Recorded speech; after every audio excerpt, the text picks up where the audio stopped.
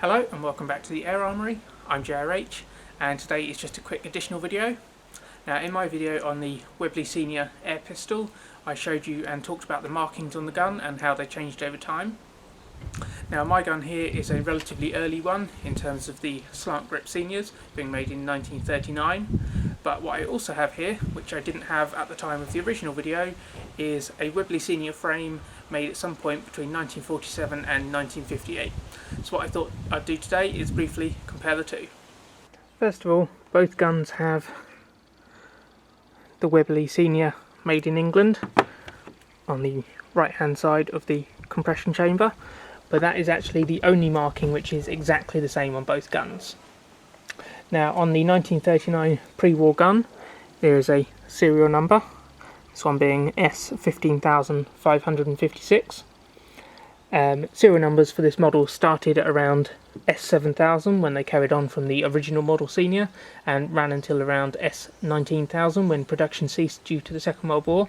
Then when production resumed again in 1946, serial numbers were abandoned and were replaced with 3-digit batch numbers.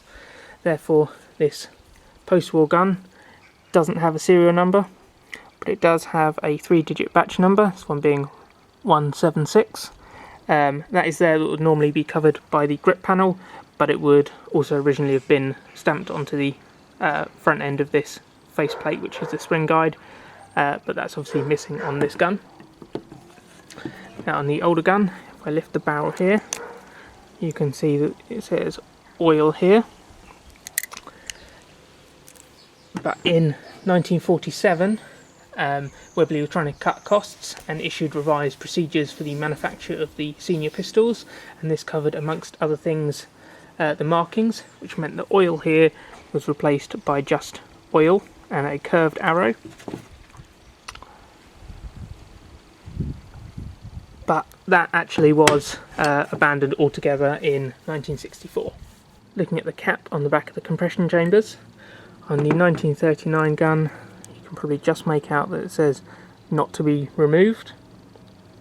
From around serial number S15000 this small pin was added to the guns, which went through the frame and into the screw-in breech cap to stop it being removed.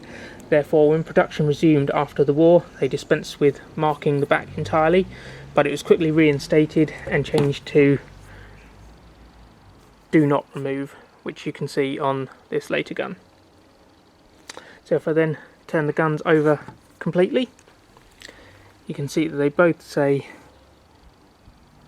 Webley & Scott Limited, Birmingham, but the later post-war gun actually has a 4 after that, and that was added in the late 40s to show the area postal code, but was removed in 1958 when the Webley & Scott factory relocated, and that's how I got the end date of my date of manufacture range for this pistol. And the final marking towards the front, the right hand side of the gun, this early pre-war gun has a list of all of the Webley patents. But then in 1947, at the same time they changed the oil marking, they swapped the whole list of patents for just one line that said Webley patents, although even that was removed in 1964 when the patents expired. So thanks for watching. I hope you found this video interesting, especially if you own a Webley Senior pistol.